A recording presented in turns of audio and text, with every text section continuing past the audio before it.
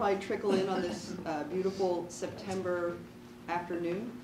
I'm Susan Rogers, and I will be introducing our panelists, but I'll first of all say that Emma Rossi Marshall, who's at the end, these are her beautiful images that are tracking above us here. So last year, John Lane, who's right here, invited me to Wofford College in Spartanburg, South Carolina, for a conference that he was calling Thinking Like a River. And there were 4 of us that he invited.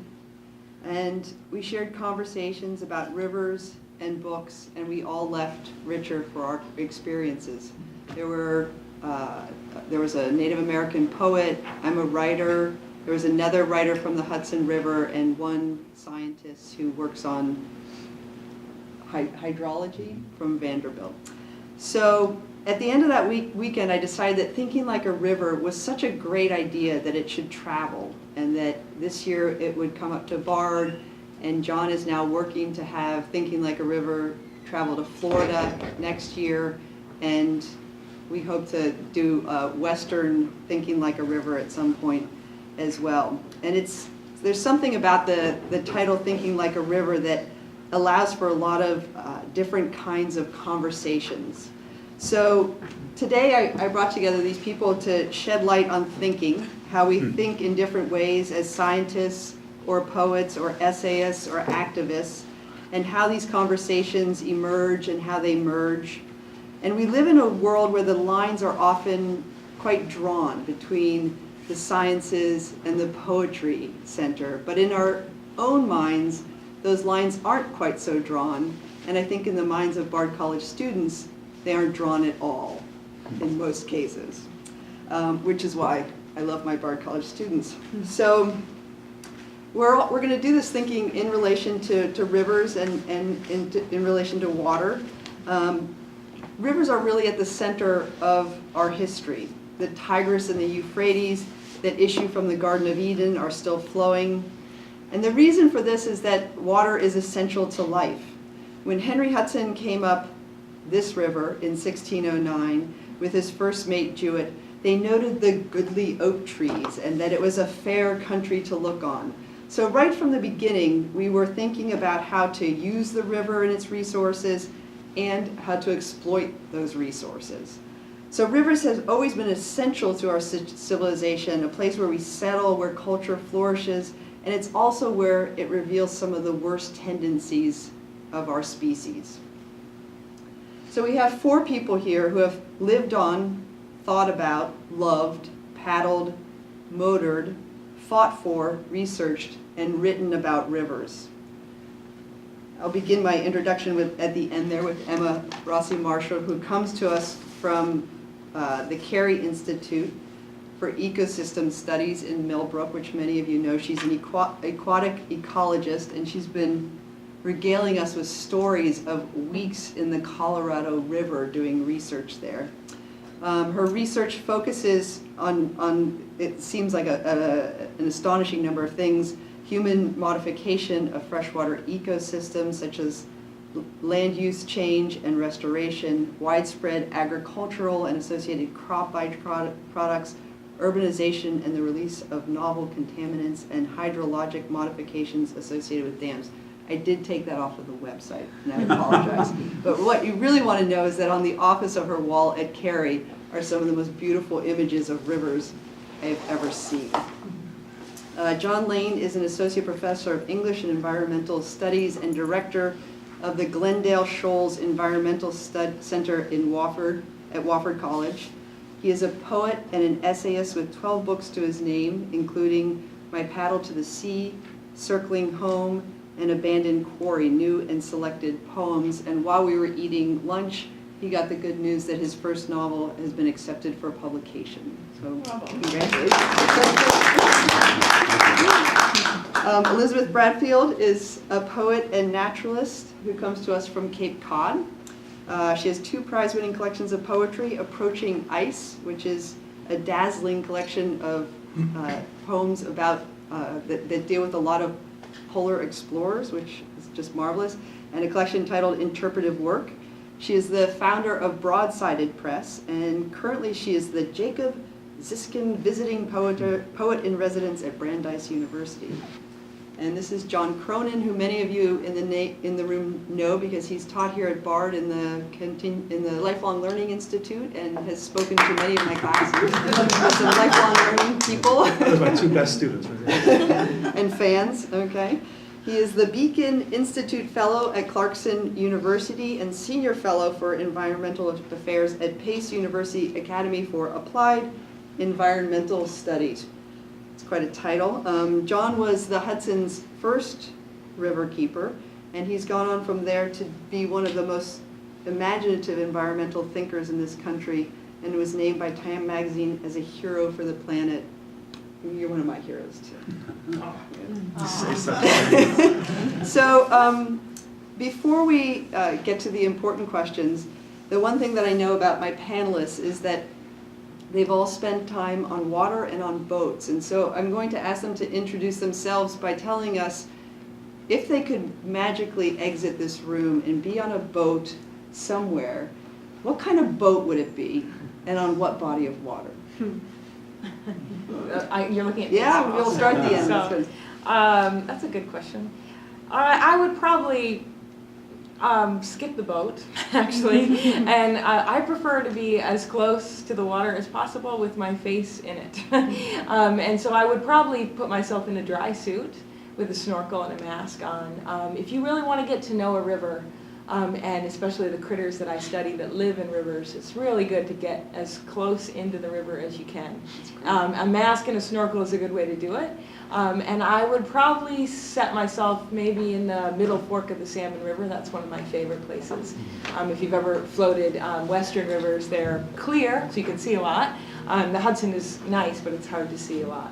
And I would probably just float down the river. There's something amazing about just going with the flow and floating down with your face in the water, and you see the fish swim by you, and you see what's on the rocks and everything, so that's probably where I'd put myself, although it's kind of cold this time of year, but a dry suit would keep me warm. Okay, Yeah. great. I'd probably be in about a 9.5-foot plastic whitewater kayak in an eddy, a large eddy that's at the top of a Class 5 rapid called Bull Sluice on the Chattooga River, known as the Deliverance River. It's where the movie Deliverance was made in the 70s. When I turned 50, 8 years ago, I gathered together my 8 best friends and we went on a river trip, and I ran that rapid on my 50th birthday, and I turned 60 in a year and a half, and I'd like to be back there again in that eddy running that same rapid again. I haven't run it in about 4 years, so I'd have to tune up a little bit to do that, but that's where I'd like to be. So did Burt Reynolds play you? I'd rather be the Burt Reynolds character than the other characters, yeah. Man, I'm having a hard time deciding. You can have 2 boats. Okay, I choose 2 boats. Boat 1 is my favorite spot to kayak. I'd be in a kayak, a sea kayak, in Prince William Sound in Alaska, maybe in Harriman Fjord, near the glaciers that kind of come down and calve into that fjord. There'd be little kitlets and merlets kind of calling around, and stellar sea lions scaring the bejesus out of me, and it'd be really nice. And then my other boat, I'd be on a big boat watching a polar bear from in the little passageway between Somerset Island and the Boothia Peninsula up in the eastern Canadian Arctic. It's this magical little bit of water. It's scary water, but it's amazing water. Lots of ice in there, tons of polar bears, bearded seals. Yeah, that's where I'd be.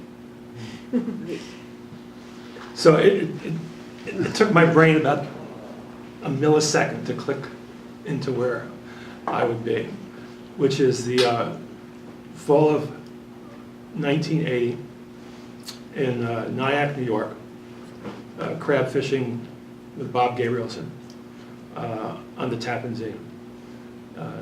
It was one of the most glorious times of my life, maybe the most glorious. I was living in the back of a pickup truck on his dock and worked with his fishing crew starting in the previous April, but then I worked right through the summer crabbing.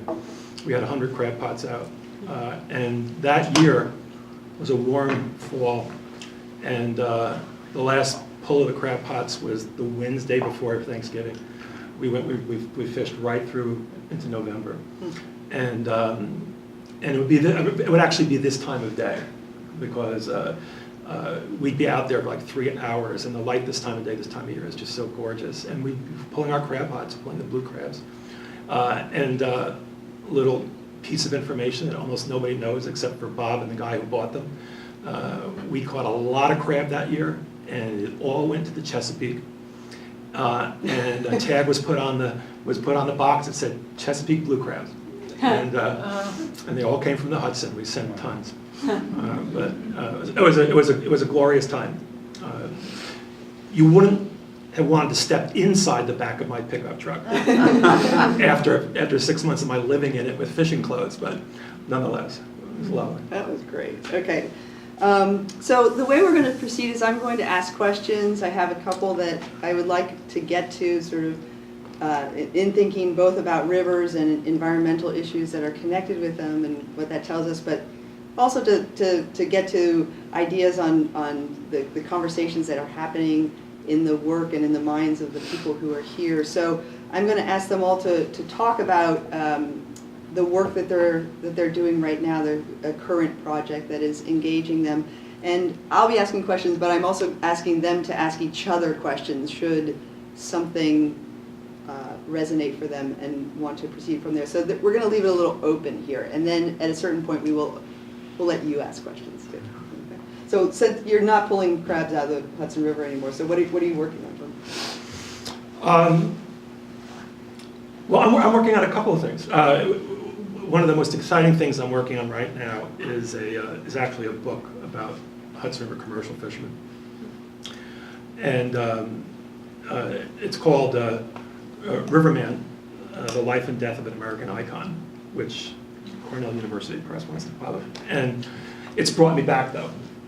So my mind is very much immersed in the 3 years I spent as a commercial fisherman and the people I worked with, and doing the research about it along with the student researcher. And for all I thought I knew about the commercial fishery, going back really almost 200 years into some old archives, and including New York Times articles from the 1800s about the state of the shad fishery, has been absolutely fascinating. But probably the most fascinating part of it is that almost nothing has changed. There's been concessions to modernity, like monofilament net and outboard motors, but the workboats are the same size, and the fishermen really fished in the same way.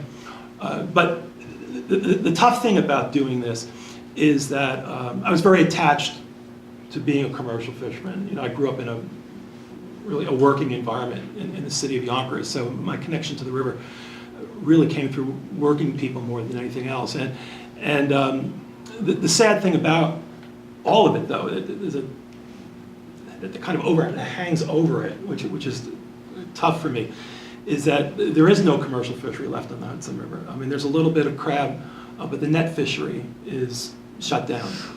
And for all the success we talk about on the Hudson River, this is the great environmental success story, we've lost almost all of our fisheries in the last 15 years. And the public doesn't know that much about it. So immersing myself in these lives again, both through my own memories and going back in history, and writing about it, which I love to do, has been an intense preoccupation. So in fact, this year I did have crab pots out, and so I could keep a diary of what it was like myself to be out in a workboat and pulling crab pots again. And my real motivation for the book, though, is to preserve the story. Because like so many things that have to do with rivers, especially the heritage and the culture, there are very few books you can pull off of the shelf. There's more lost stories than there are documentaries of stories. And this is certainly, I think, especially true on the Hudson River, being in New York, where we like to kind of turn our back on our industries and the history of them. I'm fascinated by them. So that's my obsession at the moment, is working on that. So we're going to move on. Can the people in the back hear well enough? Okay, I was going to say, if you can't, just move forward. There's lots of seats up here. Okay. Okay, why don't we just go down and you can tell us what you're working on. I tend to be pretty scattered, so I'm working on a few things. I'm working on a couple of books, finishing up a couple of books of poems. One called Once Removed, that's looking at really our estrangement from wild spaces and how our social selves interfere with our ability to see clearly what's before us, what we, the mask that we put on, what we're seeing, what lenses we look through when we're looking at bears or fish or birds or whatever it happens to be. And I'm working on another a book of poems in a form called haibun, which is a Japanese form that blends poetry and prose. And I got a chance, not this past winter, but the winter before, to work as a naturalist down into Antarctica. And it was a place that I had totally obsessed about for many years, over a decade. And I've written the book of poems about without ever actually having been there. So to go down there and to work and be part of that landscape and to kind of document what I hoped for set against what I experienced and putting work on top of dream. So the haibun kind of look at that. And I'm hoping... How do you spell that? Haibun, haibun. So I've been putting together these things that are... I've been putting together images with them as well. So it might be like a visual book. So you get a little bit of prose, a little poem, some photographs that I took while I was down there, mostly not so Antarctica icy. There's our little cleaning room. Where's the where you have penguin? there's like one penguin in here. There's not a lot of penguins. My photos, yeah, I left out the pretty ones. Here's penguin tracks. Because they poop a lot as they walk along the snow. And then I'm helping out with some research on gray seals. I'm serving as a field assistant to a biologist on Cape Cod and really interested in the recolonization process of gray seals on the East Coast and what that's doing with our fisheries, and hope to be writing about that in prose sometime soon. And I think that's enough in terms of some other stray projects, but those are the things that are really obsessing me right now, beyond kind of chugging along with being a naturalist, publishing, getting literature out in the world, and trying to talk about how we interact and see and are ridiculous in the face of the natural world. How did you stumble across haibun? And what Basho, the Japanese poet in the 17th century, he was it, right? And he has this book called Back Roads to Far Towns. Mm-hmm. A friend of mine, Sean Hill, had a haibun in one of his books, and I was really fascinated by the form. And when I started thinking about writing about travel, it's just so perfect because it has this kind of diary-esque, journalistic, short sentences, jotted prose, and then these moments of lyricism. So you have the idea of a travelogue and the moments in travel that give you pause. And so it seemed like such a perfect form for kind of looking at those things. And in Basho's books, they also have some sumi-e paintings often along with, so it felt like those three things coming together, those collisions of ideas, and how do you get it an experience? It's not one way, right? It's through all these different entry points. Sure. Yeah.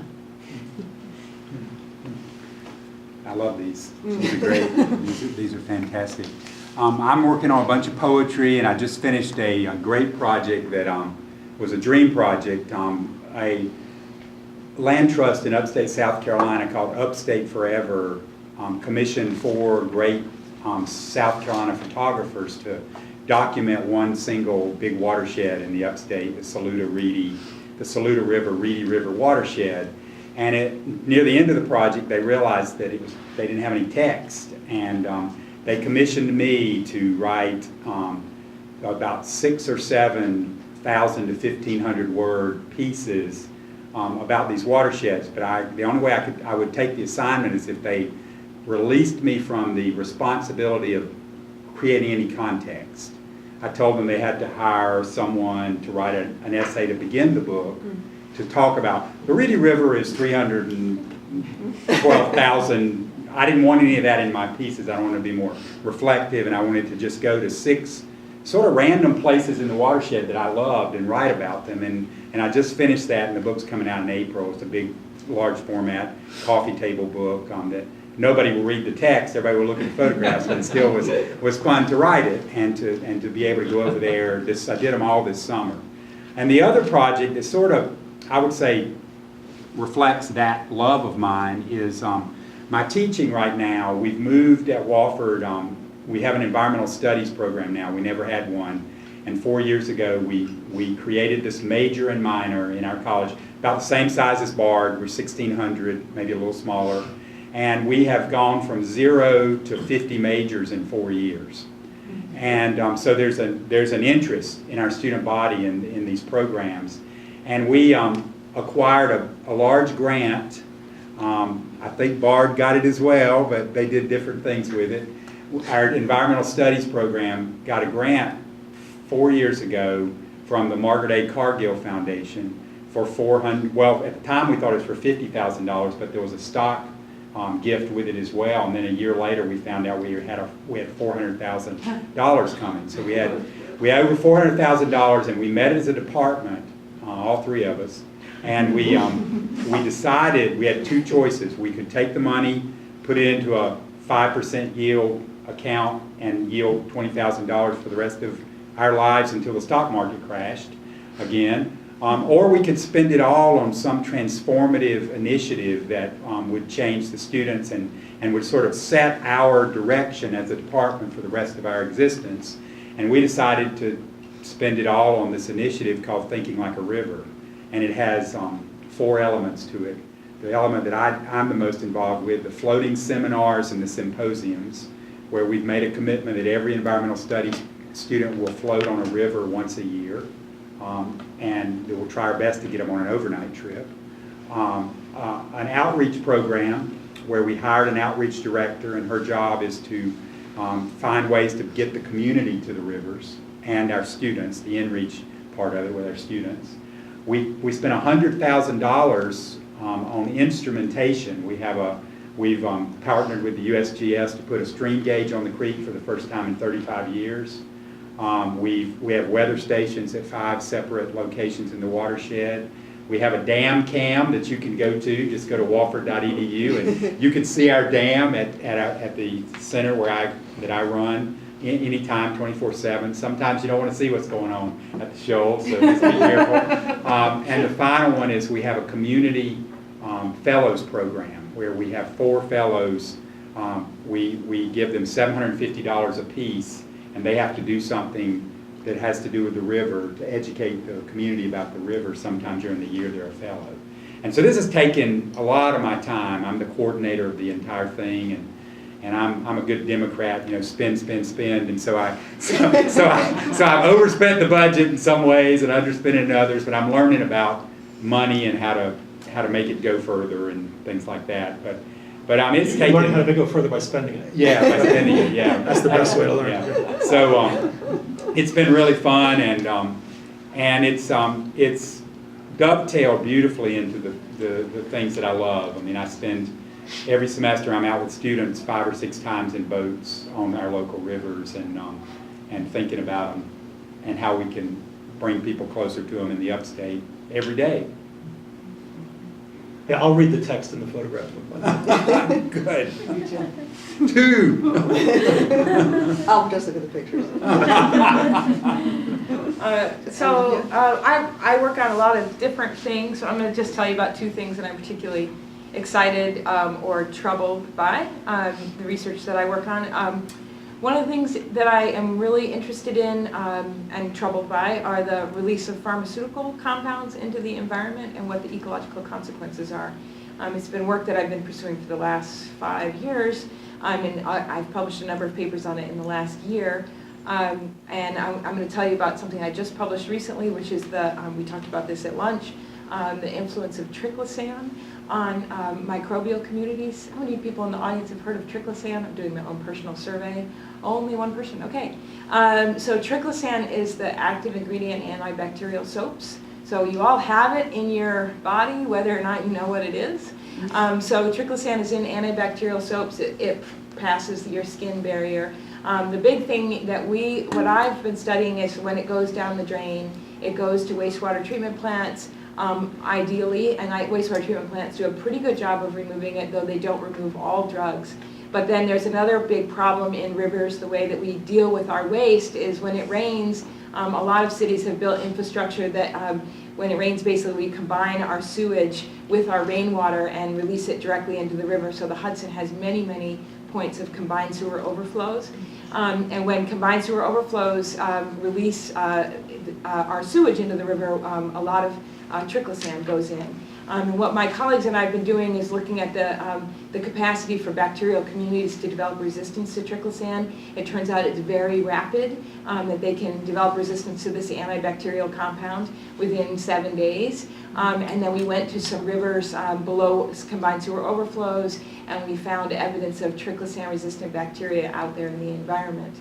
So that's some research that we just recently published.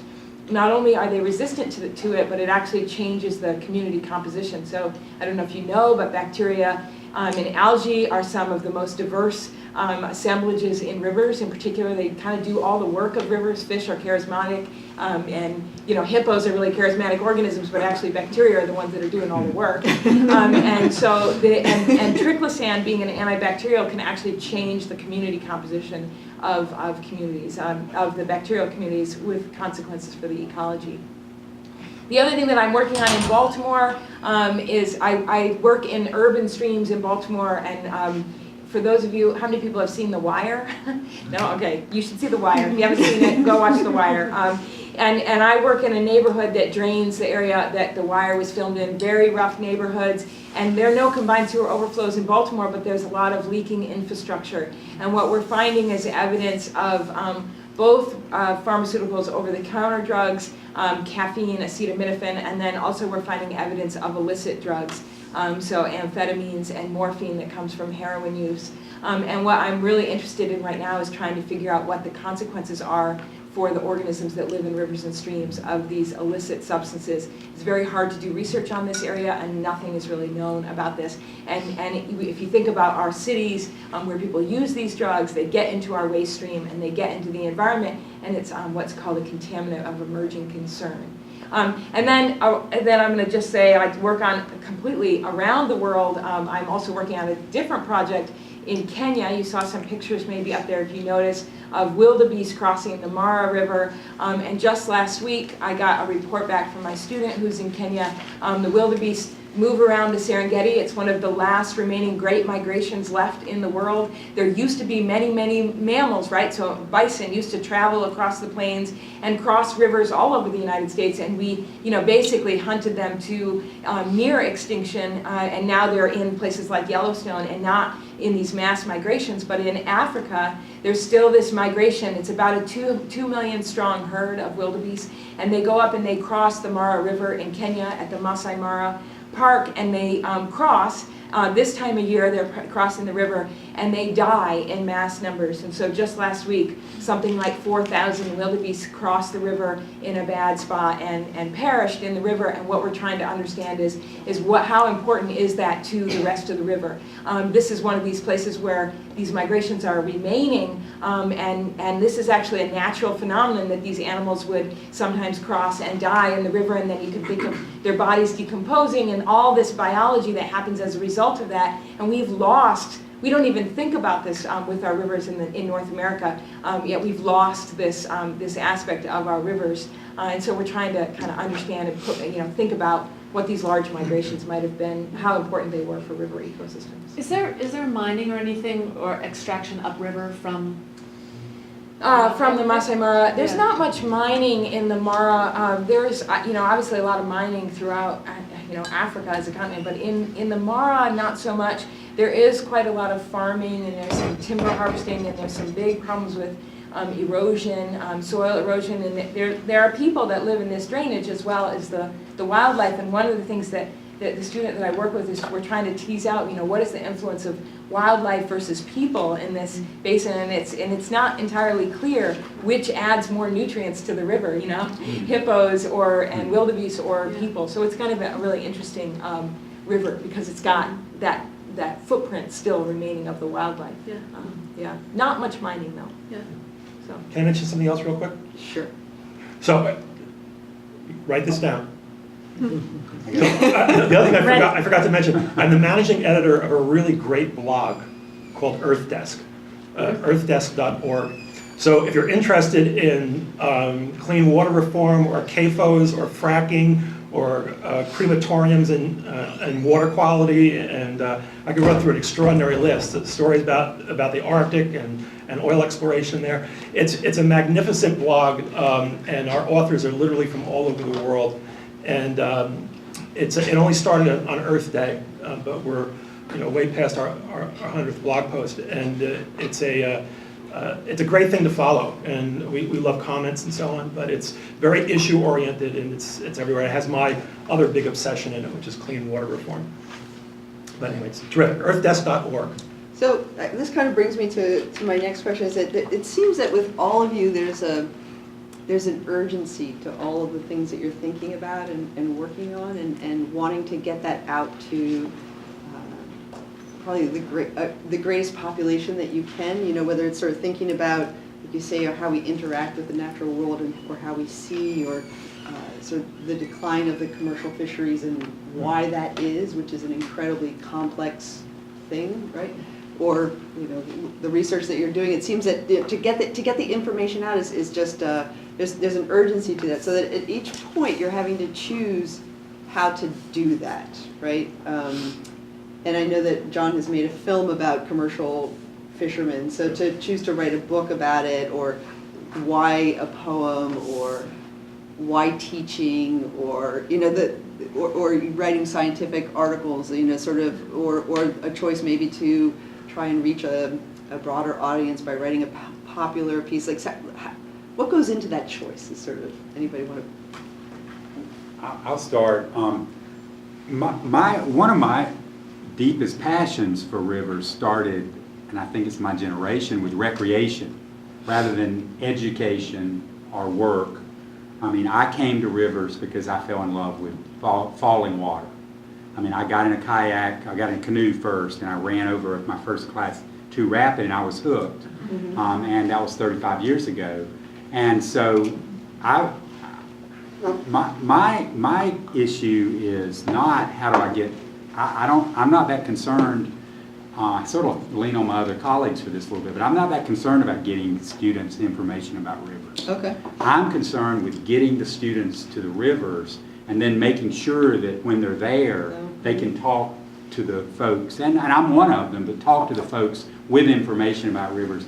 But the logistics of getting students to the rivers I'm interested in, the Packlet, the Lawson's Fork, the Broad, the Chattooga, the Congaree, the French Broad. I mean, you've got to have a lot of boats and trailers and vehicles and people that know what they're doing that can give safety talks. And so that is where we did a class yesterday on the bay out here.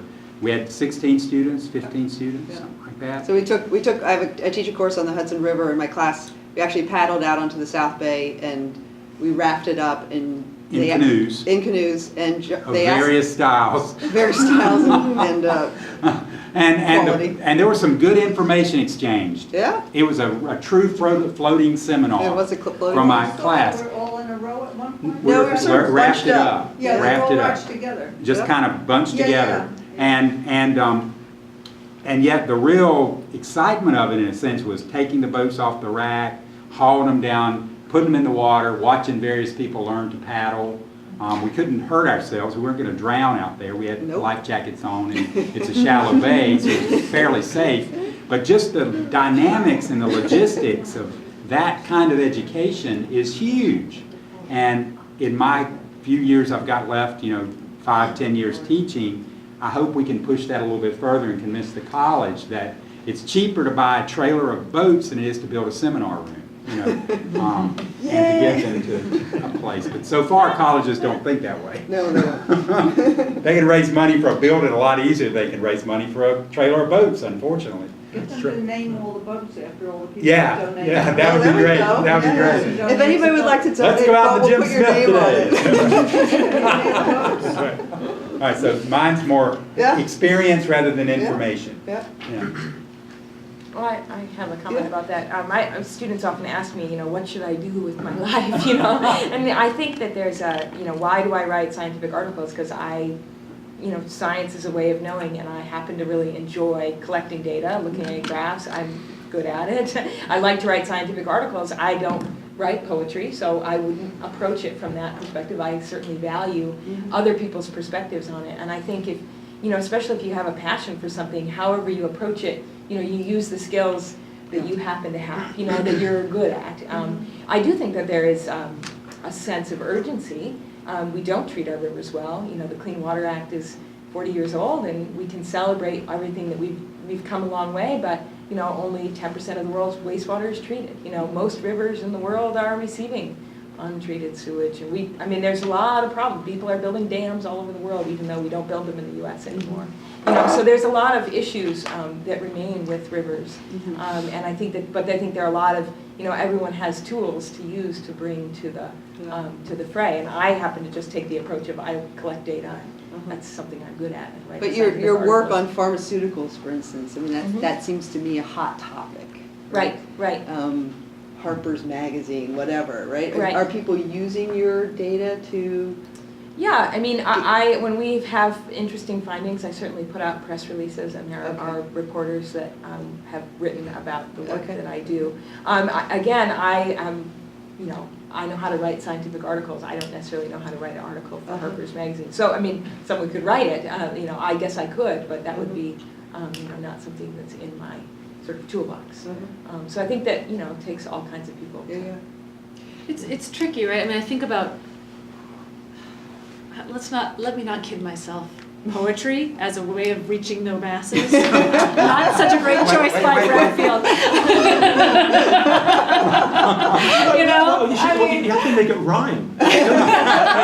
When you find a word that rhymes with orange, then I'll start. The rivers are these, I think I know. You see oranges when you're out in the river. But I That's worth reading do, about. I don't know, but I do think, like you can only do what you're passionate, what you love, right? This is the way I try and understand. But I think a lot about, I work on whale watch boats out of Provincetown. My boat life is mostly on saltwater. And my connection to the river is how it enters the saltwater, or tidewater glaciers coming into the saltwater. That's where the rivers meet the sea is where I'm most engaged. And a whale watch boat, you got 250 people, they're there for 3 hours, you're on the microphone, rah, rah, rah, the static is blurry, but you have a chance to get kids excited, you have a chance to talk to people, and make hopefully the experience something beyond, wow, I saw a whale. Think a little bit about the laws that protect those animals, what the whales are eating, how climate change, ocean acidification might affect the food of whales, fishing in the area, entanglement with whales, and those issues. Make them a part of the world that people live in, and not something you go and see. And I think making those connections palpable, to me, is the most important thing that I can do. That's sort of like you floating down the river with your face in the water, yeah? Yeah. So, I'm imprinted in a certain way, and I'll never get past it, because I was raised a city kid, and in Yonkers, New York, which is right on the Hudson River. And the Hudson meant two things to us when we were kids. One is that the good Lord created it as a moat between New York and New Jersey. And then that was its real function. The other was that you were supposed to stay away from it, because it was dirt. We didn't use the word polluted back then.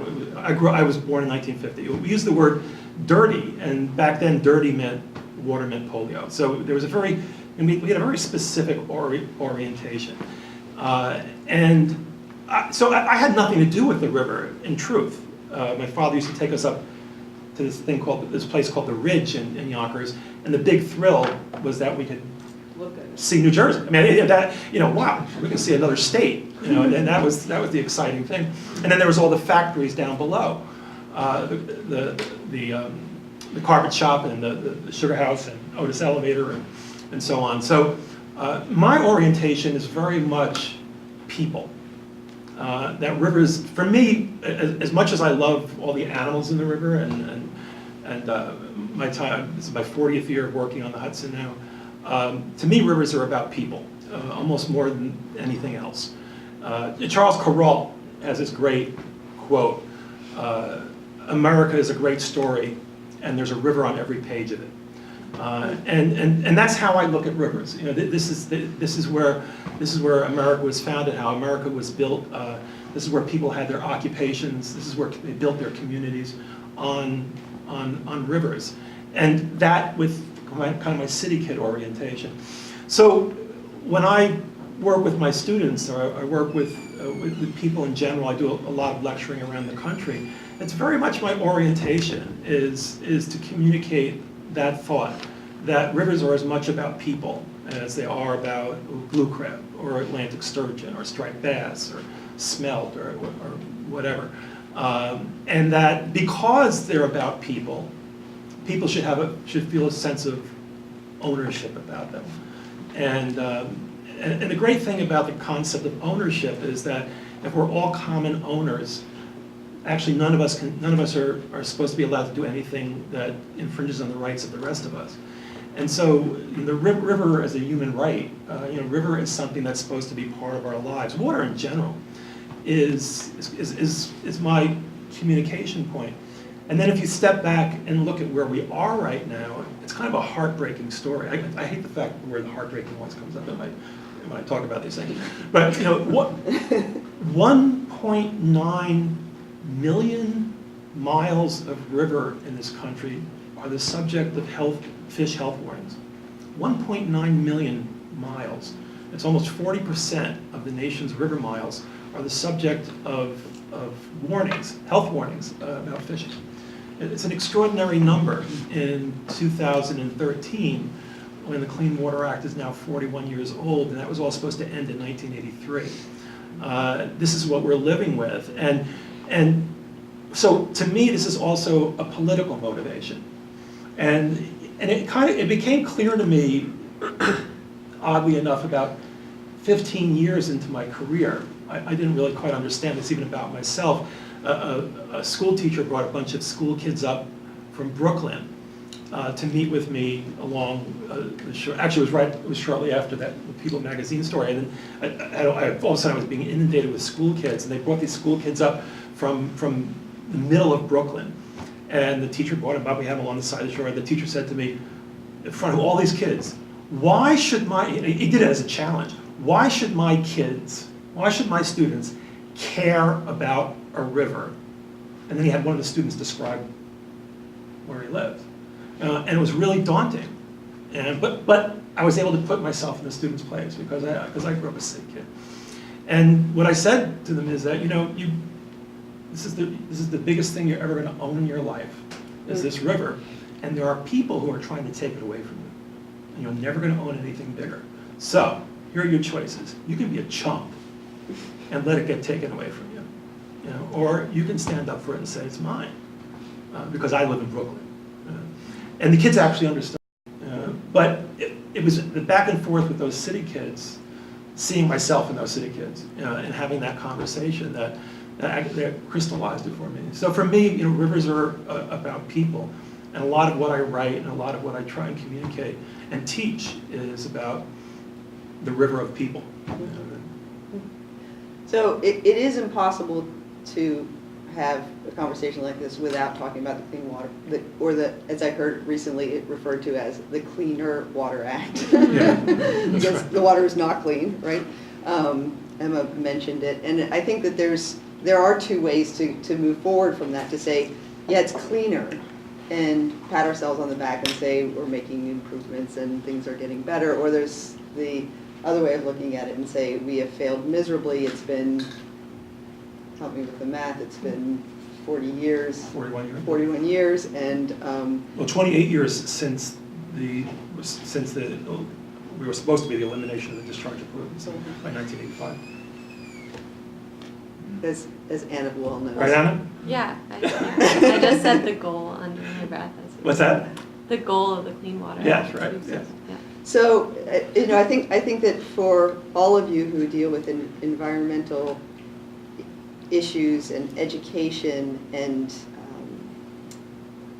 bringing these ideas forward, right? There's a lot of doomsaying, and for younger people, that can be daunting, right? It can lead to a kind of despair of do nothing. So that balance in your own work and communicating it, that's the line between here's the problem and the world's not coming to an end, but it really is. And some kind, how do all of you navigate that, and even in your own lives, right? I think that there are moments when I begin to think about our environmental issues and it leads to profound despair, And if I had children, I think it would be even worse, quite honestly. So somehow in your own work, how you think about this? I have a direct answer to that, which I mentioned earlier about wastewater. We have the ability to do a lot of amazing things and treat our wastewater. We don't invest in our infrastructure. In New York City, when did it go in? When did we put in underground infrastructure? In the 1850s, 1860s, Wow. or something like that. So I don't know when it happened exactly.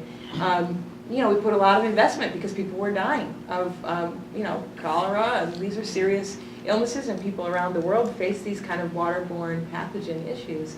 We know how to deal with these problems. We just have to make a commitment to say we're going to try and do this. I mean, it's we need to continue to invest in infrastructure. Just because we're not getting maybe sick, our water is now, we can drink our water, we're not going to get sick from it, doesn't mean that our work is now done.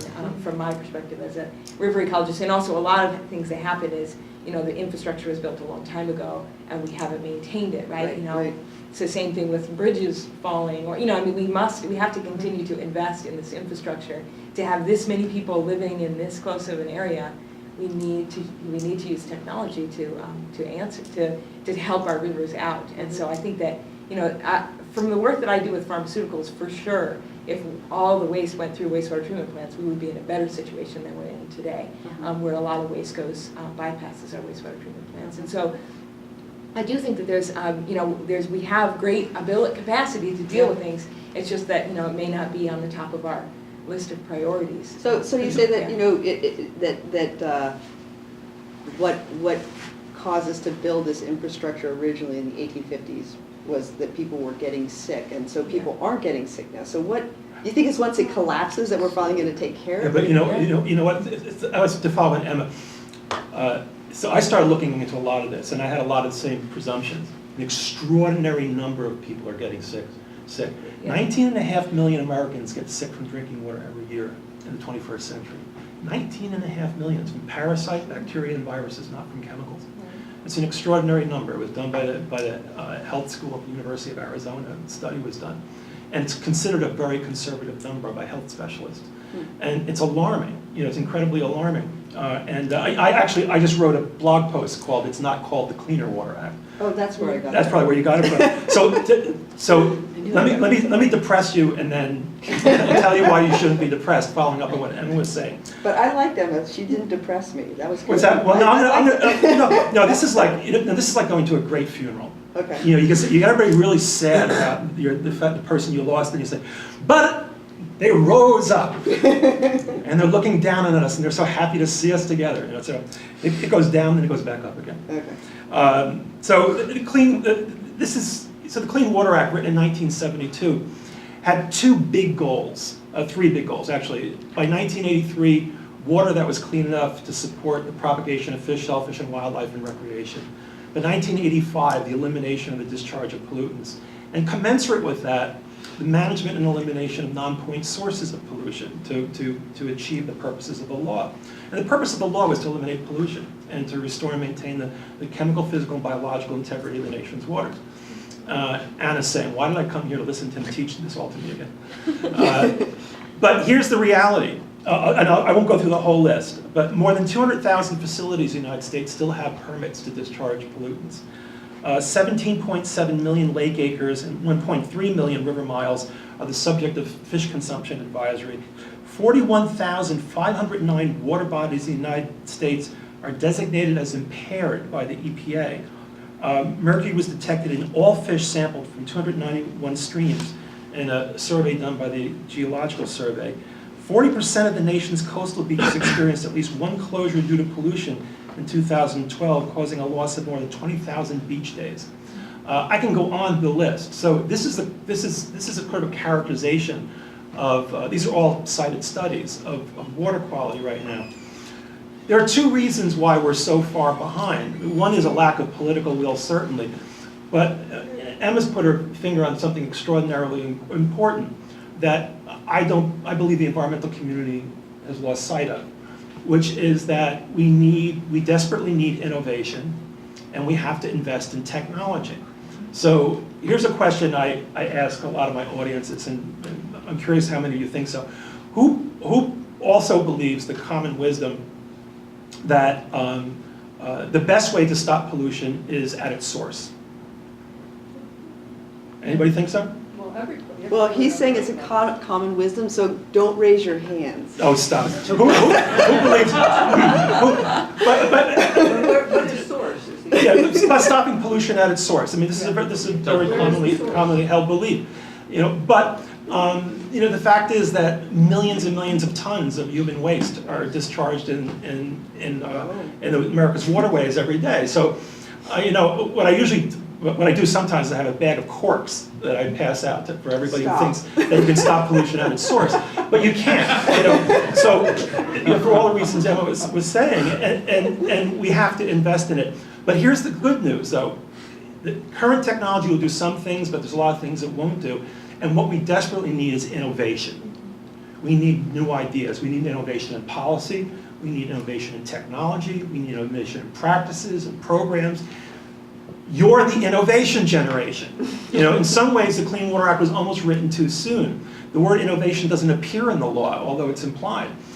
You're the innovation generation. You've got this great, exciting challenge, scientifically, technologically, politically, from a policy point of view, to create the innovations that are going to accomplish the extraordinary goals of the Clean Water Act, which also had an international goal of achieving the same things in other countries.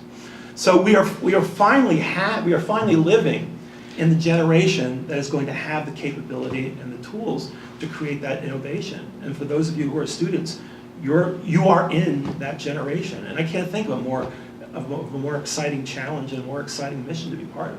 Okay, I think some of the response to that is happening through engineering, through technology, but also through public art projects. I think there was a recent issue of Orion magazine looking at infrastructure, and they were looking at a lot of projects in the Pacific Northwest at dealing with storm runoff and water and making the passage of water through a city become visible, treating runoff through vegetation so it's beautiful, it's green, and it's also getting a little purification before it runs back into the bay.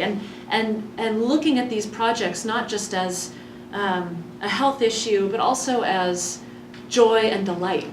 I think we can't underestimate the value of joy and delight. When I think about the poems I write, which are often not so happy, but I think about the poems that comfort me and help me move forward, there's a lot of beauty and joy and delight in them. And I think as artists, one thing I try and encourage in myself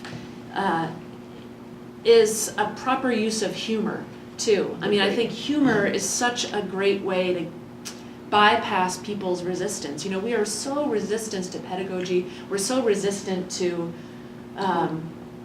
any kind of ideologue coming along and putting stuff at you. But if you get someone to laugh, Hence open up a hence the door, corks. That opens up a different door that I don't want to talk No, about. that actually closes a really interesting door, if you think about it. But seriously. Yeah, picking up on that is, I write my note. I agree with everything John said, but I'll note here is, what is innovation for a humanities scholar? What is innovation for an artist, for a writer, for a poet? Before spoke, and our program takes its title from, you probably all know this, but from Aldo Leopold, who said when in his famous essay "Thinking Like a Mountain" that only the mountain could understand the relationship between the deer and the wolf, and my geology colleague Terry Ferguson pointed out to me before I came up here that you've got to say that the rivers take the mountains down, so they think even longer than the mountains. But this whole idea of working with a metaphor and working with language is something that we somehow abandoned. Wallace Stegner was a novelist, and his Wilderness Letter was pretty much responsible for the Wilderness Act of '63. I don't know if there was a writer, an innovator, a poet behind the Clean Water Act. By that time, we maybe had moved on to bureaucrats and policy for our ideas, but maybe not. I don't know. But I feel like that we've got to get who? Pete Seeger. Pete Seeger. Yeah, that's true. Yeah.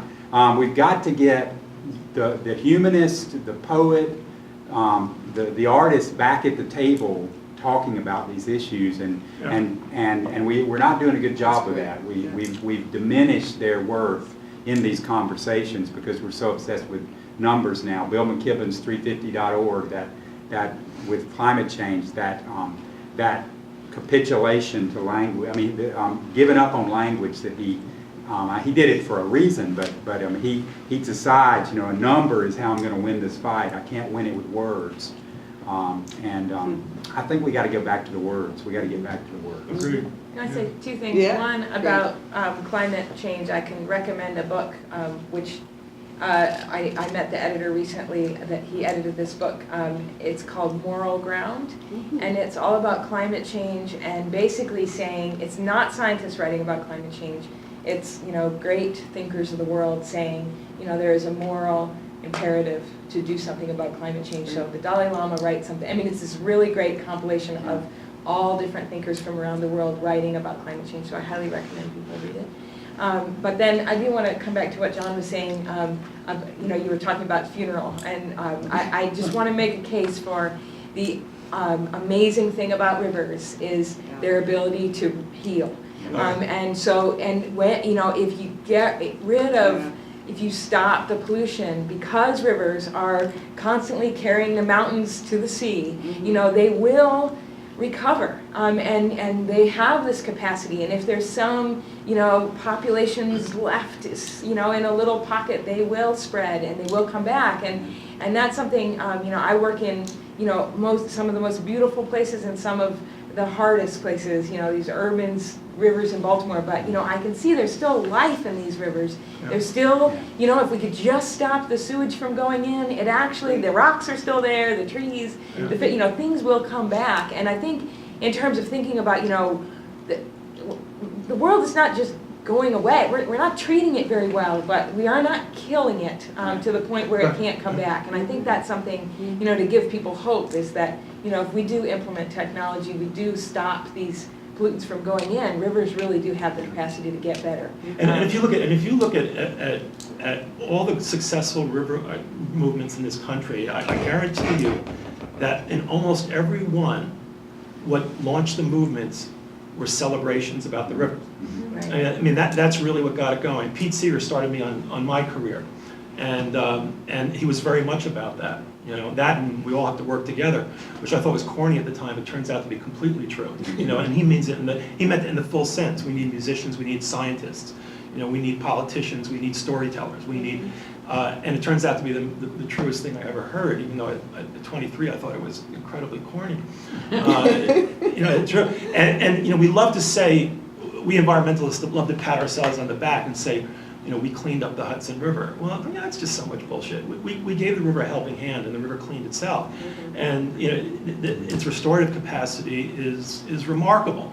And you have to have, there's two things you have to have faith in if you're going to be an advocate, and still sleep at night and wake up in the morning. One is you've got to believe in the capacity of the river to do that. The other thing you have to believe in, which the environmental movement is not good at, and which the arts helps us do, is you have to believe in each other. You've got to believe in human capacity. You've got to believe in human promise. You've got to believe in human capability and human imagination. Because if you don't believe in that, there is nothing else left to believe in.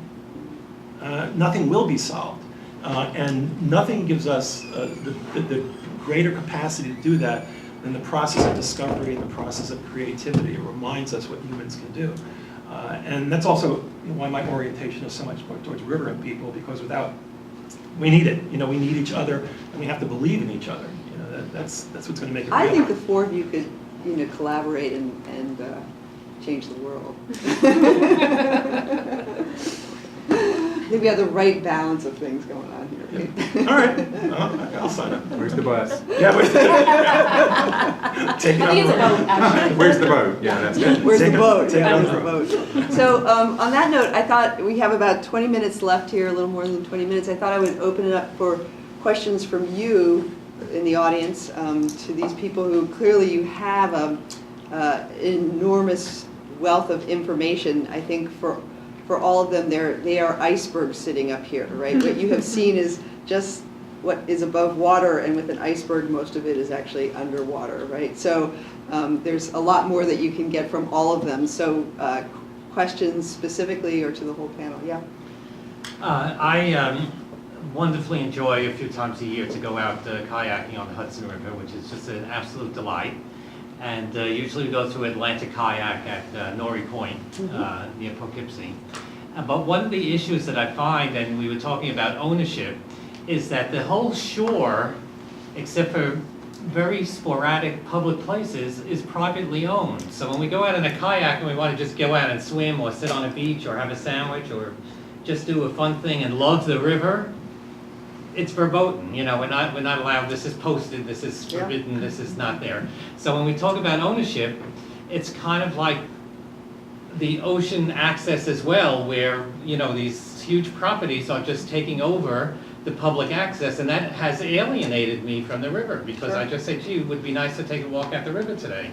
But where and how? Well, and I think that taps into what John was talking about in terms of getting his students onto the water, right? It's actually being on the water that you start to understand certain things and care, and that your imagination is opened up. So that lack of access is an enormous problem. And I know it about the Hudson River, but maybe you all could speak about other rivers, if that's also the case, of sort of the privatization of I mean, here it's not just the private property, but it's also the railroad tracks that make access incredibly difficult. So Well, a lot of what our about your work, southern rivers? yeah, a lot of our work right now in Spartanburg is opening up the rivers through put-ins and takeouts. We've opened 8 on our 3 county streams in the last year.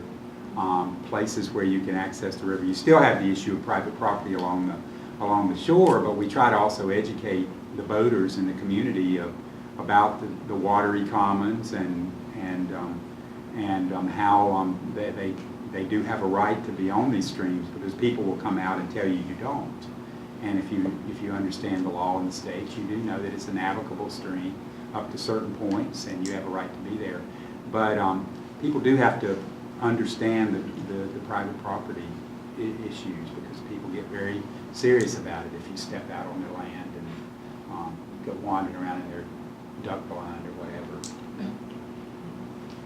It's a complicated issue. The water rights ownership is different depending on what state you're in. There's Western water laws very different. Like in the West, if you own both sides of the river, you can actually put a fence up, and you can't even go through that. You can't actually access the person's property. You can actually close off the river. You can. There are places where that's possible. You really, when you're kayaking and you're out on the river, you need to know what the rules are. There's often there are really good maps you can find to figure out where it's private and where it's public. Well, the Hudson River Water Trail Guide gives you lots of information about where you can get to the river, get out, and all that. It's a great guide. And I know Scenic Hudson is very active in Yeah. preserving that. But is there any rule, like there is like the ocean high water mark, which is by law part of public In South property? Carolina, the high Is there water something mark like that for rivers, or is- no? There is in some Depends on state what to state. state. It really does Yes. depend on the State to state. state. Yeah. Yeah. Are we in a good state? It's a concept based on the public trust doctrine, which actually dates back to Roman law and became part of English common law, and then became part of U.S. law, which is the navigable waters are commonly held. And that's intended to mean to the high water mark. It does not necessarily mean the ground under the high water, though. So, what's interesting about the Hudson is that somebody who owns, like I said, their backyard's right on the river, they can come out and scream at you and tell you to get away from their property. You can get as close to their property as the water allows you to get, and there's absolutely zero they can do about it, unless you're harassing them. Because as long as you're on the water, You have to be on. you're on the public trust. Right? And that's what it means when you say to the high water. It doesn't necessarily mean the ground underneath it. Similarly, there are people who own land under the water. So while you can float on the water and there's nothing they can do about it, if you try and drive a piling or put an anchor into the bottom, they can challenge you because they own the bottom. But they can't own the water, not the Hudson River. Now, even in the United States, even in New York State, we've had some very interesting case law where people own land on each side of the water and what their riparian rights are. Can they keep you from paddling down the water if you're surrounded by their land? And eventually the case law went against that concept in New York. But out in the western part of the United States, riparian rights are interpreted very differently in some of the other states. But certainly on the Hudson River, as long as you're on the water, especially the tidal section of the Hudson River. You own it. I mean, With one exception. One exception, the Indian Point nuclear plant, which I know from the number of times they pulled automatic weapons on me when I was Hudson River keeper. Yeah. Wow. You're only like so close to a nuclear installation. There's a That's huge federal law. potential here for an awesome project, which would be, and I don't know what the legality is, you'd have to all look into it, but why couldn't the river keepers or the park or whatever body have artificial islands, rafts, where you stop and have a little picnic on the river and they're just anchored there and you get out and you can have a little rest and stretch your legs and you wouldn't touch the bank and be on someone's property. I don't know, there's a creative opportunity here to help people access the river, because you want to get out of your boat every once in a while if you're going to be a day on the river. I don't know. So actually, with love these two, we'll be paddling from the South Tivoli Bay to Esopus Island, which is near Norrie Point, which is 13 miles. In fact, the bad news is that there's very few places to stop along the way to get out and rest, right? So we'll be able to stop maybe in Barrytown, although that would be somewhat illegal. But our first real place where we can get out without worrying about it being illegal is Rhinecliff. And that's already several miles down the river. And for those of you who kayak, you know that, well, you want to get out and stretch your legs and move around. So it's a problem. It's a huge stretch of river where on both sides there's almost no places to get out of your boat. Yes. Can I make a comment on this? It's regarding the ocean, and so I think this private property business and the and accessing the land in northern Maine, which I'm familiar with, people own up to the high water mark, so anybody can be out on the water, on foot, clamming, doing whatever they want. In Kennebunkport, and we know about Kennebunkport, they're trying to have it that it's to low tide levels, in other words, so no one can walk on their land. So it even differs in communities in the same state, and I really think it's very important because we want our children to learn about nature, but we say, can't go there, can't go there. So, and two other comments, if I might. John Cronin mentioned the last 15 years we've lost so many fisheries in the Hudson River, and we're all like, oh, it's gotten so much cleaner. Can you explain that dichotomy of why we lost? Yeah, so, all right. You can say that I said this. This is being filmed too. Yeah. Documented. All right. The Hudson River stopped improving probably about 15 years ago. All right? It just plain did. I mean, and there's common sense that tells us this, but then just also the experience that tells us this. We've lost fisheries. For the first time in history, we don't have a commercial shad fishery anymore. There's not enough shad for it. Atlantic sturgeon was shut down probably almost 20 years ago and is now an endangered species. Smelt have declined, herring have declined. American eel, which used to be the most plentiful fish, not the most plentiful, because bay anchovy was, but American eel, which commercial fishermen used to call a trash fish, because there were so many of them, and they weren't allowed to sell them after the PCB ban, are now in such serious decline. There's a petition to put them on the endangered species list. So there have been some very serious fishery declines on the Hudson River. The other thing that's happened on the Hudson River is we've had some invasives like zebra mussel, which your institute has done extraordinary work on, that's gobbling up a lot of the nutrients on the Hudson River. And the population, we've had an extraordinary population increase with no additional investment in pollution abatement that's significant of any kind. So, we plateaued. There was definitely, the Hudson was on the way up. My own personal belief, I'm not a scientist, my own personal belief is that it plateaued and that we're actually in real danger that the Hudson's in decline right now. But we don't want to admit it. And, it's not great news. Almost none of my colleagues like to say it, but the Hudson River is in very, very serious trouble. If I had to do one thing for the Hudson River is if I could do one thing tomorrow, I would get tens of millions of dollars from Washington to create a Hudson River restoration program like they've created for the Great Lakes and Long Island Sound and other places, because we desperately need it. But there's a public out there that was told for so many years that it's a great environmental success story that they don't know all the bad news.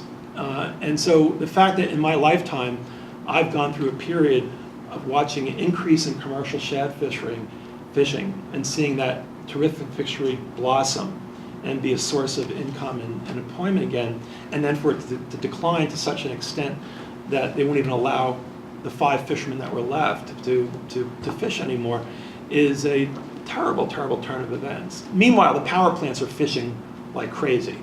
Nobody catches more fish than the power plants do. So my own belief is that the Hudson River is in serious trouble, but we're just not admitting it. Does Pete Seeger know it? Is he focusing in on a decline? Well, Pete's on to other things. Yeah, he's 92. He's such a voice for the... Yeah. But, I don't mean to give the impression that nobody's concerned about the river. Everybody's concerned about the river.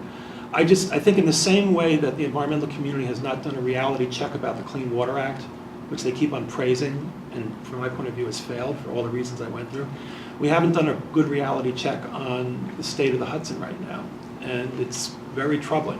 It's not in as good a shape as it was 10 years ago or 15 years ago by any means. John, explain the power plant thing. I had a question about that when you said the power plants are doing plenty of fishing.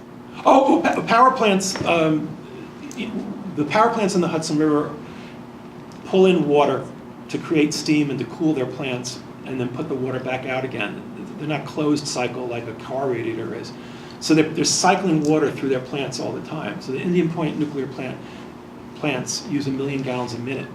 Whatever fish is in that 1 million gallons goes into the plant. There's no protection for And there are some protections, but there are no protections at the smallest life stages of eggs, post-yolk sac larvae, and fingerlings. They get sucked into the plant. There's nothing that can save them. The adults, there is technology there. I negotiated a lot of it, but at the youngest life stages, no. And fish are killed by the millions, and almost all species that you can think of. And fish movement is random, so there's no predicting it, what's going to go in. And so they fish a lot more intensely than commercial fishermen fish, but commercial fishermen were kicked off the river because our populations are in such decline. Some of your river fishermen are affected by ocean fishermen, the herring fishery. Oh, that connection is that's exactly right. incredibly important. This is and true. The intercept regulation of our New England fisheries in the saltwater has been abysmal. Yeah, one of the reasons there are a lot of reasons, and nobody knows the exact reason why our fishery is in decline. One may be the decline in nutrients. Another may be power plant. It's not overfishing on the Hudson, I can tell you that. The power plants. The other is the intercept fishery on the coast, where at one time commercial fisheries on the coast were very discriminating because they wanted certain fish. They're doing big double trawlers again for herring. But now they're pulling up everything they can get their hands on, including sturgeon. And so the fish that migrate back to the Hudson River to spawn here are being, instead of being caught in their rivers of origin, which is where it's easy to manage them, they're being gathered up out in the ocean where nobody knows how to manage them. So there's With bycatch. yeah, tremendous bycatch, and sometimes intentional as well.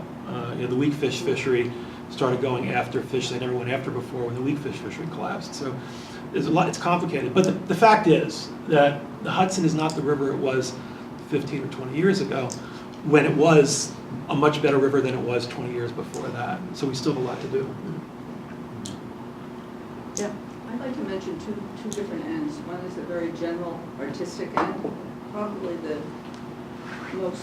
one of the most viable sculptors of the 20th and 21st century is Christo and John Claude, the Gates. She died, but they were personal friends of mine. And the Gates brought a lot of joy and a lot of attention to New York City and such. And their next project, which you're probably aware of, is Over the River, the Colorado River. Yeah. And they rent the space. They acknowledge every human being involved with every aspect of the work. I think that's going to happen in 2015.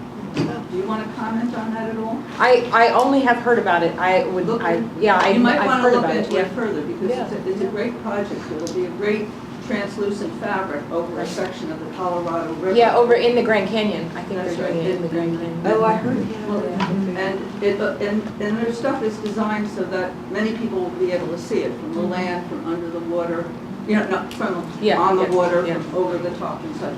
So that's 2015. On a more specific, are you aware of things like colloidal silver and, redox signaling molecules and, BioVital, these different things? Because water has memory, and we have to use purified water in the best form we can use. So I had to look into it because I had Lyme disease, designed to destroy your immune system. So I started researching a lot of things that would help them.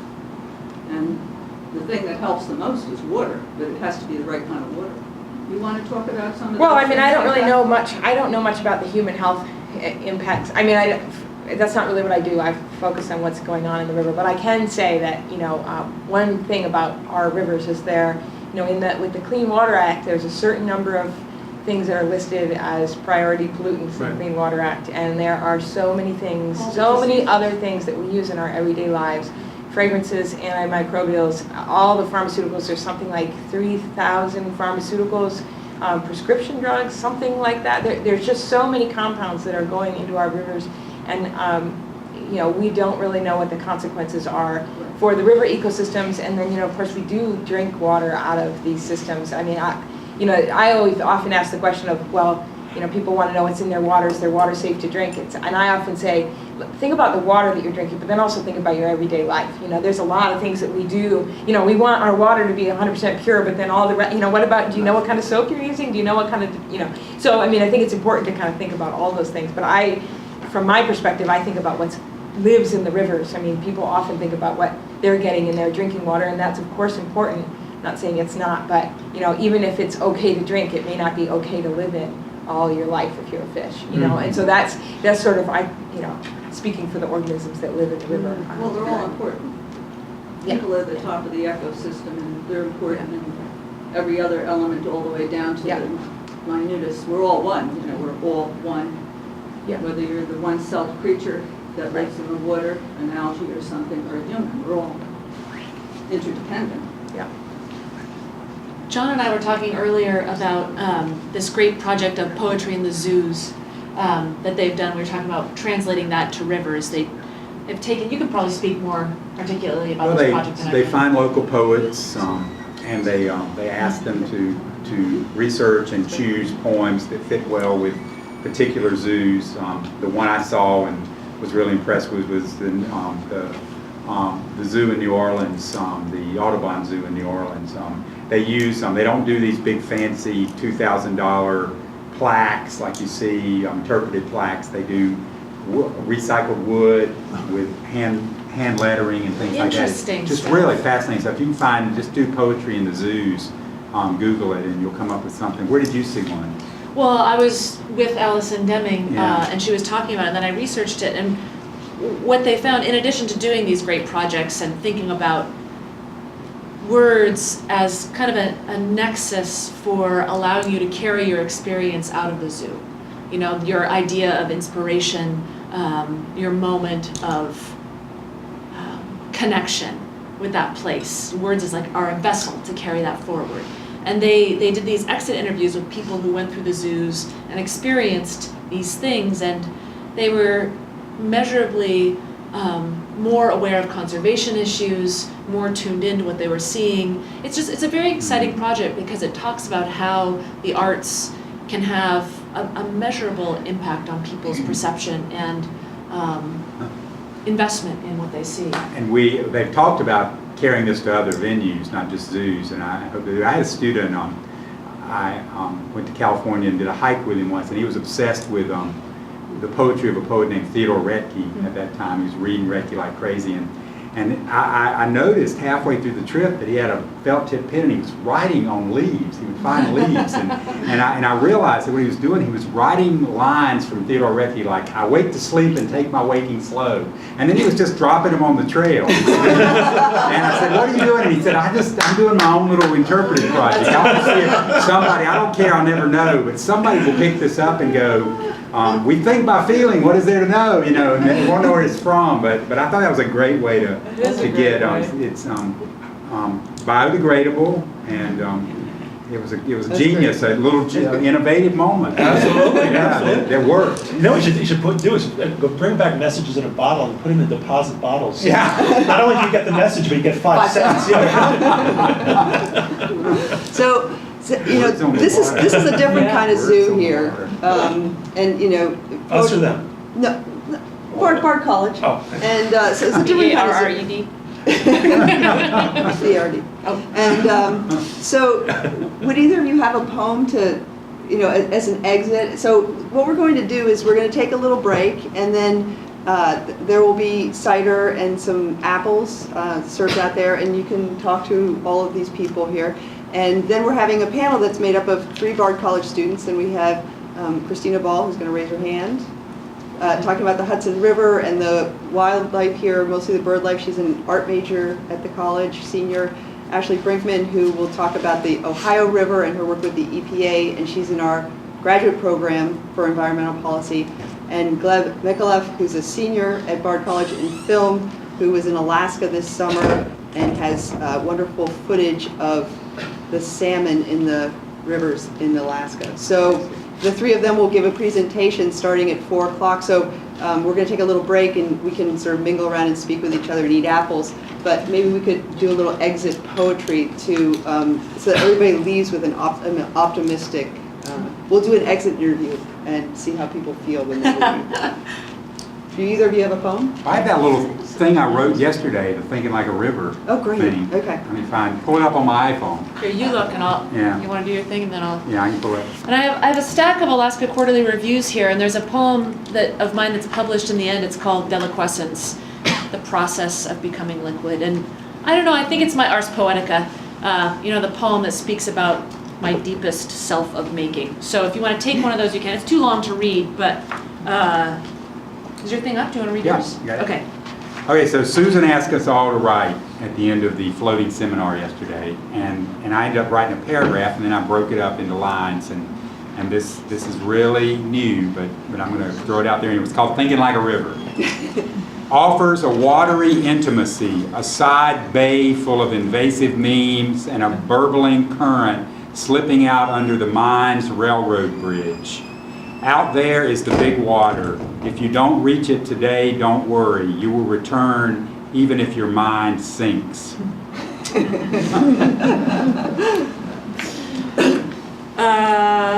This is a poem called Getting Out, and there is a river in it. I should tell you, do you guys know what ski joring is? Does anyone know what ski joring is? Okay, With so, dogs? with dogs. So if you put a little climbing harness on your hips and put a harness on the dog and tether yourself, the dog will pull you on skis. It's very fun. Getting out. How in love with myself I was on the iced over river. Alaska range sprawled miles around. Skiered trails of snow machines across the low hills. Spruce, and a few hours of thin blue sky, the day. Laced into 3 pins, sweating in the perfect 10 above, ski jor harness snug on my hips. At last, I was in this February, air silent of most birds, not in Anchorage's Tacoma-ness, its 5 lanes and conveniences, but on skis, in the mountains, an old dog pulling me toward a cabin of logs, its weather door a thorning of nails, point out to deter bears. Do you know this moment? When you expand at last from the clench of the daily and find yourself bodily glad, at last discovering pride, or whatever word we don't have for such pure chest bursting, not something to be stuffed into a pocket, but vast and permissible. Great. Emma, would you like to read something? John apparently has something up here on his iPad. This is, I'm just reading a paragraph from a memoir I've been working on for quite some time, which Susan knows all about. So I'll say right out for it, if some of you hear something you recognize, it's my apologies to Isaac Dennis. I had a boat on a river where the Appalachians made way for the sea. 1,500 miles of mountains enfold these highlands in a range that extends from Alabama in the south to Labrador in the north. I had only to point my bow seaward to travel anywhere I chose, but I never sailed beyond the river. It was enough that any port of call could be my destination. Okay, so don't leave. We're going to hear our students in half an hour, but the apples aren't actually out there yet, but, oh, yes they are. Tom has the apples, and there'll be some cider in about 2 minutes. We're going to set that up. So stick around. Thank you. I have some Thinking Like a River brochures. If anybody wants one, just come up and say hello. Come get it.